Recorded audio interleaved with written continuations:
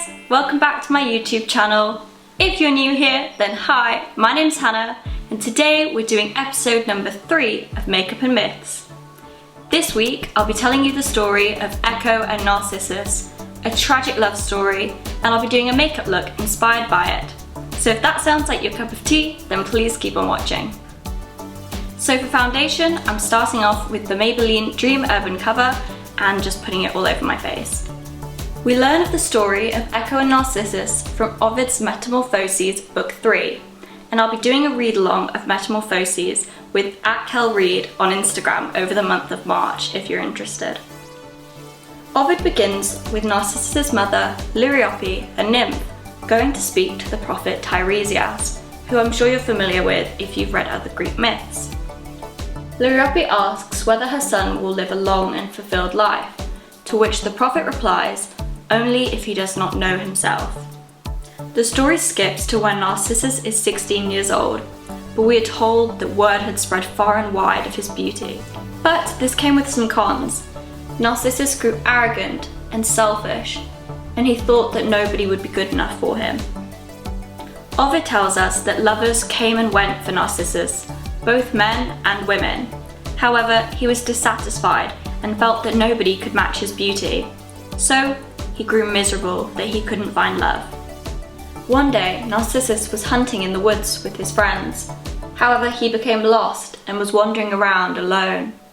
For highlighter, I'm going to be using the Beauty Crop Glow Milk in the shade Pear Pressure. Introducing Echo. Echo was a woodland nymph who was famed for her storytelling and long conversations.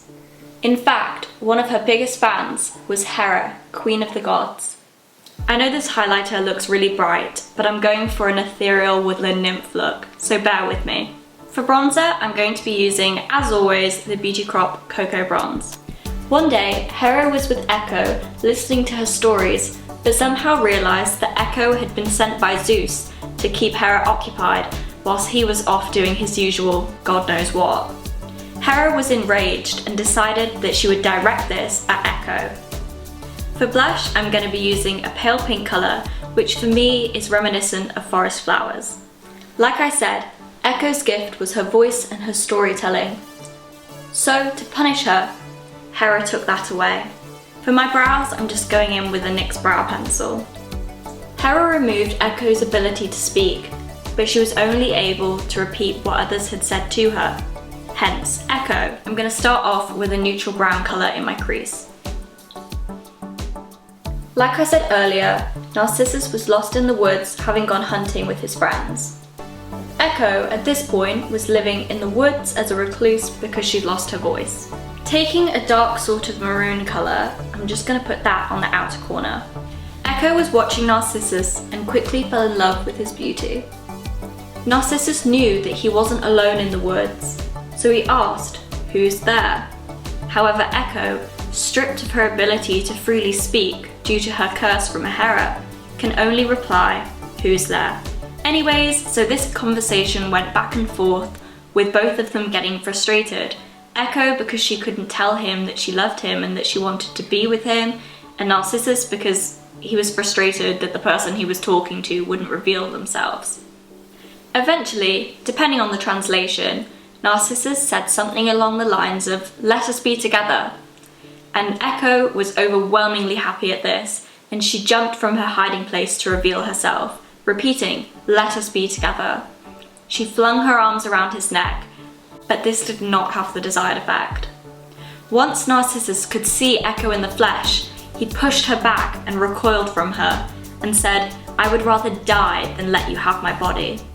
Obviously, that's pretty offensive, and Echo ran away distraught, repeating, "Let you have my body." Next, I'm going to be taking this shimmer shade to put on the centre of my eye. So at this point, Echo is mortified, and she's run away to live her life as a recluse. However, no matter how nasty Narcissus was, she couldn't get over him, and she watched him day after day after day, pining over her lost love. To highlight my inner corner, I'm just going to be using a pearlescent colour. Over time, Echo's pining meant that she wouldn't eat or drink or sleep, and eventually she faded until there was nothing left but her voice. On the other hand, Narcissus went about his daily life and continued to break the hearts of many men and women. One of these scorned lovers appealed to the gods, praying that Narcissus would get his comeuppance, and the goddess Nemesis obliged. For my lower lash line, I'm just going to add a bright sparkle to emulate the sort of sparkling waters in a forest grove. I'll be back in a minute. I'm just going to go and do my liner and eyelashes off camera. One day, Narcissus is out hunting again, and he comes across a clearing with a pool in the middle that Ovid tells us is undisturbed by animals or plants, basically setting the scene that it's mysteriously beautiful and undisturbed. This should be ringing alarm bells for Narcissus, but obviously he's a narcissist and he doesn't realise that it's a trap. He knelt down by the pool to get a drink of water, but became distracted by his own reflection staring back at him. For my lips, I'm going to be using a Maybelline lipstick in the shade Velvet Beige and an Anastasia Beverly Hills lip gloss in the shade Bubbly. Narcissus doesn't realise that it's his own reflection and tries in vain to kiss it and converse with it, but becomes sad when the water ripples and the image disappears. He even wails to the trees around him, asking if they'd ever seen a love as beautiful as theirs being his and his reflections. Narcissus was so in love with his own reflection that he even refused to leave the poolside to eat. Ovid tells us that Narcissus knew he was going to die of starvation, and he ripped off his shirt and beat his chest, and the reflection showed the bruising appear, which Ovid says is like a bruised apple.